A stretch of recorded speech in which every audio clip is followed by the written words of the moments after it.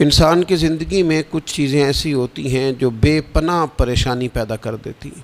کچھ انسان کی سوچیں ایسی ہوتی ہیں جو اسے توڑ کے رکھ دیتی ہیں۔ ان میں سے جو سب سے بڑی چیز ہے، جو بڑی ہی انسان کو پریشانی میں مبتلا کر دیتی ہے، اس کے لیے زندگی کے شب و روز کو گزارنا انتہائی مشکل کر دیتی ہے، وہ چیز ہے اللہ تعالیٰ کی رضا پر راضی نہ رہنا۔ انسان جب زندگی اس طرح کی بنا لیتا ہے کہ کیوں نہیں ہوا اور کیسے ہوگا اور اسے ہونا چاہیے تھا اور میں نے محنت کی تھی اور میں نے پوری اس پر صلاحیت لگا دی تھی، پھر یہ کام ہوا کیوں نہ، یہ چیز اسے پوری طرح اندر سے توڑ دیتی۔ یہ انسان کو روحانی طور پر پوری طرح کھوکھلا کر دیتی۔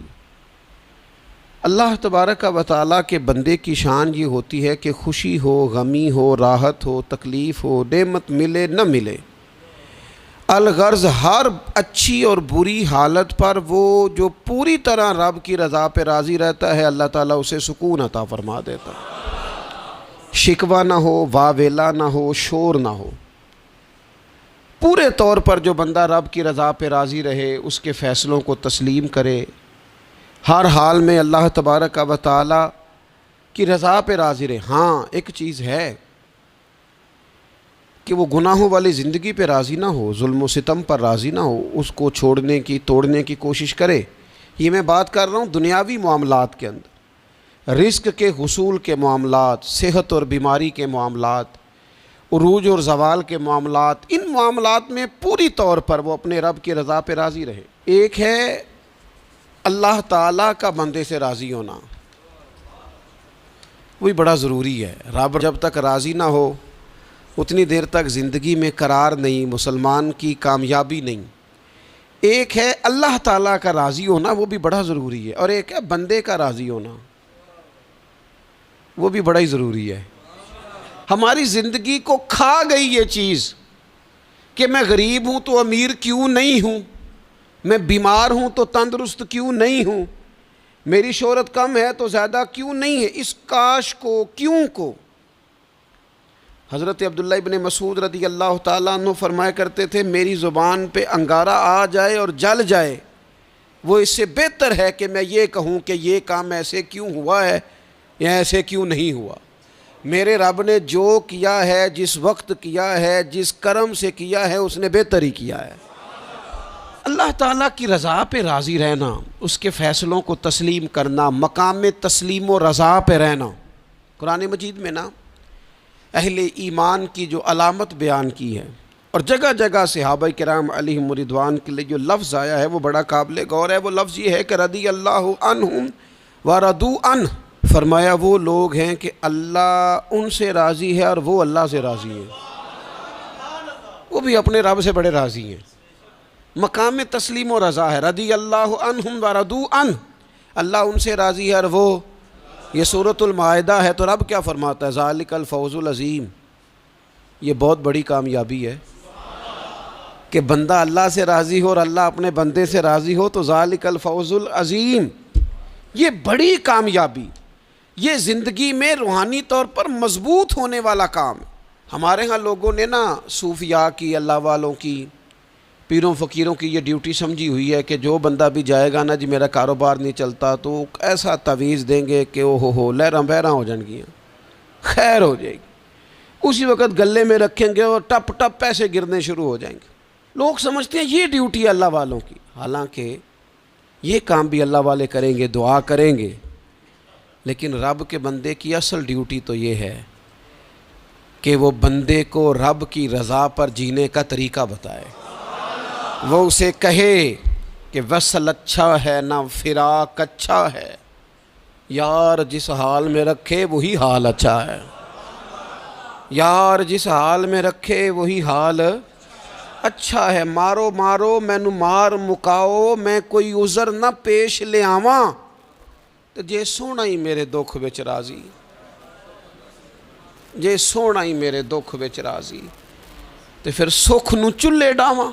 اپنی زندگی مقام تسلیم و رضا والی، اس کے فیصلوں پر راضی رہنے والی، نبی اکرم صلی اللہ تعالیٰ علیہ وآلہ وسلم نے ایک جماعت سے پوچھا، فرمایا کون ہو بھائی تم لوگ؟ عرض کی یا رسول اللہ مومن ہے۔ حضور علیہ الصلوۃ والسلام نے فرمایا تمہارے ایمان کی علامت کیا ہے؟ پھر غور کریں، حضور علیہ الصلوۃ والسلام نے فرمایا تم کون ہو، تم لوگ کیا ہو، اپنا عقیدہ واضح کرو۔ عرض کی یا رسول اللہ صلی اللہ تعالی علیہ وسلم ہم مومن ہیں۔ فرمایا تمہارے ایمان کی علامت کیا ہے؟ انہوں نے عرض کی یا رسول اللہ رب نعمت دے تو شکر کرتے ہیں، آزمائش ڈالے تو صبر کرتے ہیں، اللہ کے فیصلوں پہ راضی رہتے ہیں۔ اب رسول پاک صلی اللہ تعالی علیہ وسلم نے جو بات کی ہو قلم ٹوٹ گئے، قربان ہونے کو جی چاہا۔ محبوب فرمانے لگے تم لوگ کیا ہو؟ یا رسول اللہ مومن ہے۔ تمہارے ایمان کی علامت کیا ہے؟ حضور علامت یہ ہے کہ رب کی رضا پر راضی رہتے ہیں، مصیبت ڈالے تو صبر کرتے ہیں، اگر کبھی مشقت آ جائے تو صبر کرتے ہیں، اگر وہ نعمت دے تو شکر کرتے ہیں، گویا ہر حال میں رب کی رضا پہ راضی ہیں۔ اب محبوب کریم نے کیا فرمایا؟ حضور فرمانے لگے اللہ کی قسم تم مومن ہو۔ یہی تو علامت ہے مومن کی، اللہ کی قسم تم مومن ہو، تم صحیح معنوں میں مومن ہو۔ اللہ کی رضا پر راضی نہ رہنا اور ساری زندگی واویلا کرنا، فلاں چیز کیوں نہیں ملی، فلاں چیز کیوں نہیں ملی، یہ کیوں نہیں ہوا، وہ کیسے نہیں ہوا، یہ ایسے کیوں نہیں ہوا۔ وصل اچھا ہے نہ فراق اچھا ہے، محبوب جس حال میں رکھے وہی حال اچھا ہے۔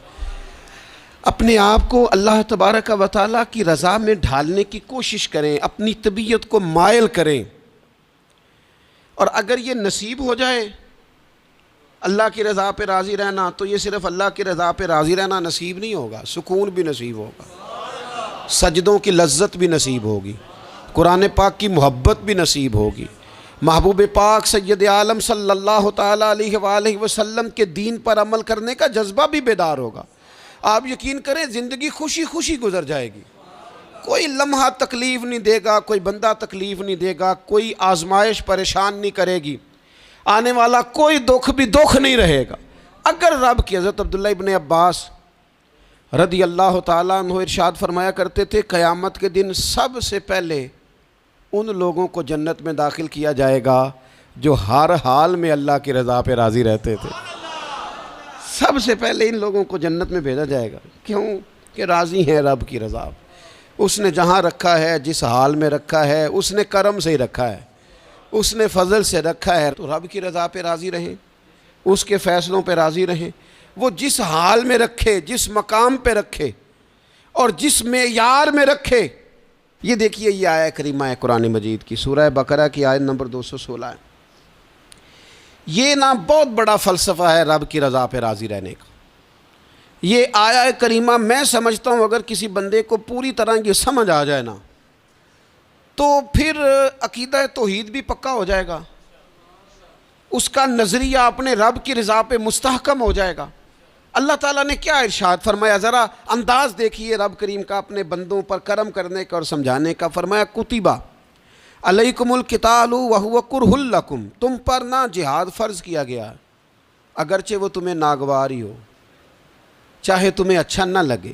کتبہ علیکم القتال وہو کرہ لکم، فرمایا تم پر جہاد ضروری قرار دیا گیا ہے، لڑنا اللہ کی راہ میں تم پر ضروری ہے، فرض ہے، اگرچہ وہ تمہیں ناگوار ہو۔ اور پھر آگے پتہ کیا فرمایا؟ حد کر دی۔ بڑی بڑی دنیا میں لوگ معرفت ڈھونڈ کے لائیں گے پر دم توڑ جائے گی۔ کیا سمجھایا ہے اور کیا معرفت دی ہے اپنے بندے کو۔ اللہ کریم نے ارشاد فرمایا وَعَسَىٰ أَن تَكْرَهُوا شَيْئًا، فرمایا قریب ہے کہ کوئی بات تمہیں بری لگے، وَهُوَ خَيْرٌ لَكُمْ، اور وہی تمہارے لیے بہتر ہو۔